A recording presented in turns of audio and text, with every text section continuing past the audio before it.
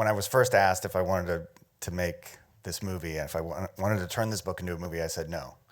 And the reason why was because that my wife had given me the book more than 25 years ago, back when we were just dating in college.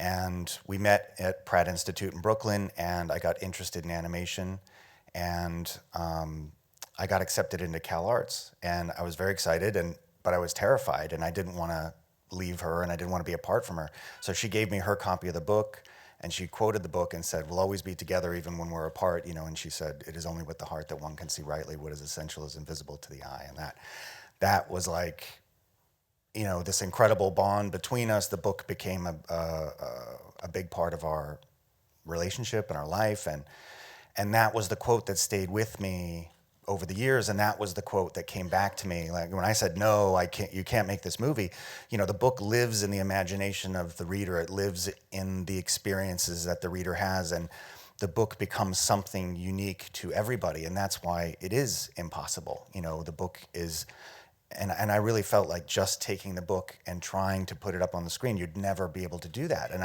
I had my own experience, and I knew many, many, many people had their own special, specific experience. So I said no, and then I couldn't stop thinking about that quote, though, and I couldn't stop thinking about the significance it had in my life, and that's when I started thinking about the possibility of telling a story about the power of the book and the experience that one can have with the book, and that's when I started to look for what could be a very significant story to tell around the book that would be born out of the book and elements from the book, and it was a way to create a tribute to this incredibly powerful, piece of poetry that has touched so many people.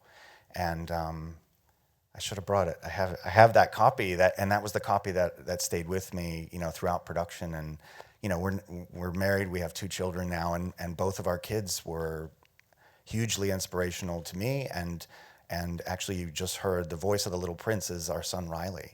And that was temporary at first, and he's made it into the final version of the movie because no one would let us change it. Everyone loved his voice so much. And so then suddenly you're asked to direct a very famous French book, a very powerful, iconic book in French, but that has had international impact. It's a very international project. Yeah. That's one of the amazing things about the book is it's so global. It's known in so many places, and it's been translated into 260 different languages. And it was actually I was approached by the French producers who had created a partnership with the estate, and they wanted to make this movie, and they were approaching me because they wanted to make a movie that would work globally. They didn't want to just make a French film. The book was incredibly important in Japan and Germany and in so many places. And that's actually why it's incredible to finally bring the film here and to screen it here. I'm so excited and thrilled to be able to do that because, the film has premiered at the Cannes Film Festival in May. It's been released all over the world. I've been at 10 different premiere events in 10 different countries. And it's kind of crazy the journey this film has had. And those are all the dubbed versions. So what you saw tonight was the original version with the original voices. Jeff Bridges, originated that character. The animators worked to the English-speaking actors, and so it's quite an incredible journey.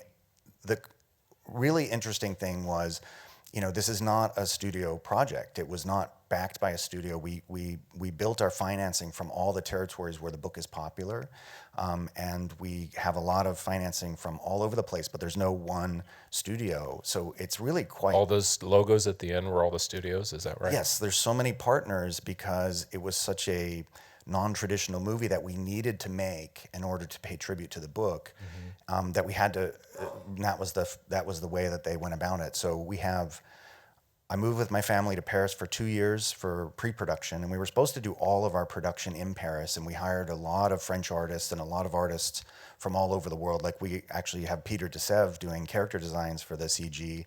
He stayed in Brooklyn, but we put together the team, and then the project had to actually move to Montreal for production.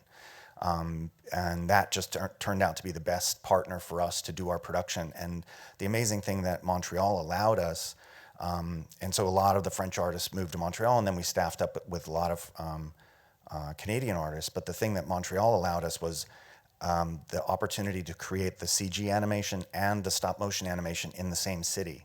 We had to build two different facilities, and we had two entirely different teams. But the way that it worked out, it was quite incredible, because Montreal was a base where we could build both and actually produce, both simultaneously. There's this unique combination of you taking on the world and at the same time taking your world with you. So how did you balance out keeping that personal touch and yet at the same time deal with this multi-million-dollar task? Well, I think the thing that I learned on Kung Fu Panda, which was an incredible experience, but that film became a very it became a personal film. All the films I've made, you have to stay completely connected. There has to be something that really keeps you there. These films take so long, and that was the big part of why I took about 9 months before saying yes to the project, because I had to figure out a way that I could say yes and go down the road that I knew would end with a film that I wanted to make and that we could all be proud of and that we were excited about. So it was really, there was a lot of planning and a lot of pre-thinking about it, that once I had this pitch, it's called The Magic Suitcase, and it's quite an incredible work of art, and hopefully it'll be on display somewhere if we can see it closer to the release of the film. But yeah, it's this incredible way to sort of communicate the soul of the project. And I had to pitch the project. I've done it hundreds of times. Anytime someone new was coming on the project, I would pitch to them. And then it came to the point where I was pitching to 20, 30 people at a time. And I was constantly pitching the project. And every time I was pitching it, I was getting reinvigorated. I was getting reconnected with the book, reconnected with my connection to the book and the soul of the project. And it was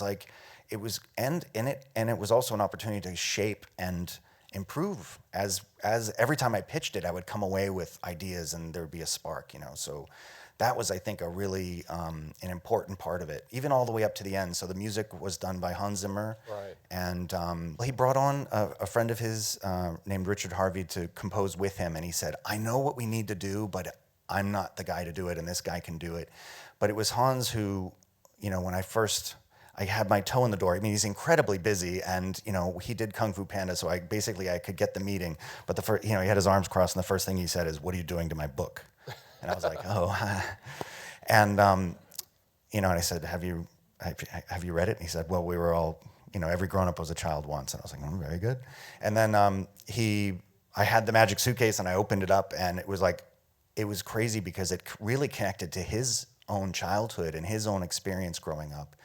And it was quite extraordinary to go from "what are you doing" to, it was 2 hours later, and he was, so that was another sort of really engaging pitch. I did the same thing with Jeff Bridges and Rachel McAdams, and it was a great way to engage people and get people to fall in love with the potential for what we were making. Because, you've just seen it. It's not like any other movie. It was really intended to be unique, and the book is so unique, and the book is so special, and the book is so different. It was really, we were trying to find a way to pay tribute to it in every possible way and every possible aspect. And what I'm thrilled about is, at this point, we look at it now and we kind of step back, and every single thing that is in the movie comes from the book. Even the strangest, most alien things that don't seem to be from the book are actually from a phrase or a line or a notion. And that was something we worked incredibly hard to craft.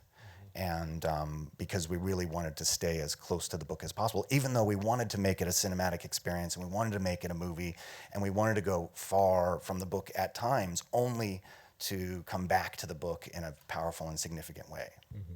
Stop motion recently has come to mean almost like clay or puppet animation, as opposed to, I believe you're using paper here, or you're using some kind. I mean, it looks like a mixture of stuff, but it's a very unique look. So how did you arrive at that?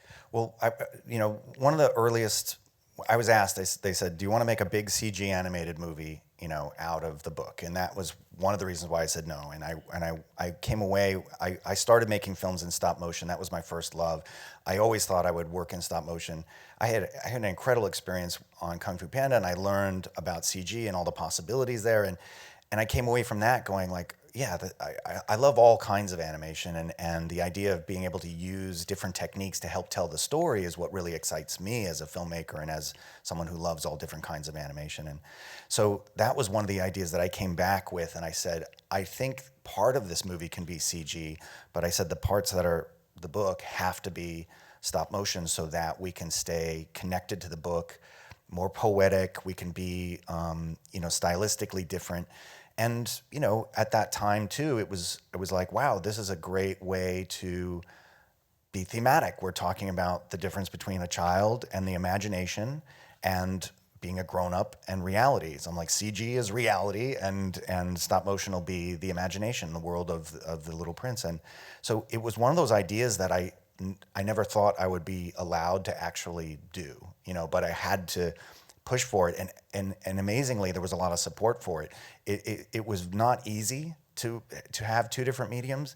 And a lot of times people were like, oh, it's a great idea, but how are you going to do that? Like that doesn't, and that was like big, most common question is like, how's it going to work? And I'm like, I know it'll work. I don't exactly know how it'll work, but I know it'll work. And I know it'll work for the storytelling. It'll work emotionally in a way that we can't sort of explain up front.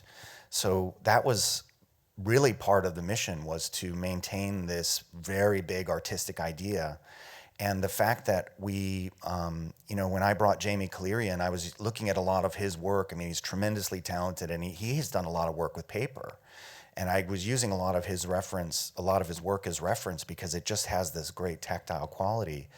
And it was Jamie and his production designer, Alex Uhas, who were the ones that came back to me and they said, we could do everything in paper. And I was like, really? And they're like, well, the armatures inside are going to be metal and ball and socket, but they were the ones that said we could do the sand dunes, we could do everything, could be made out of paper, even the cloth, the clothing, the faces are made out of paper clay, so they have a paper texture, and it was not easy. It was incredibly difficult, and it was really exciting because we were going to be able to use, again, I think stop motion is sometimes, oh, that's Halloween movies, or, there's sort of like a way that stop motion is viewed.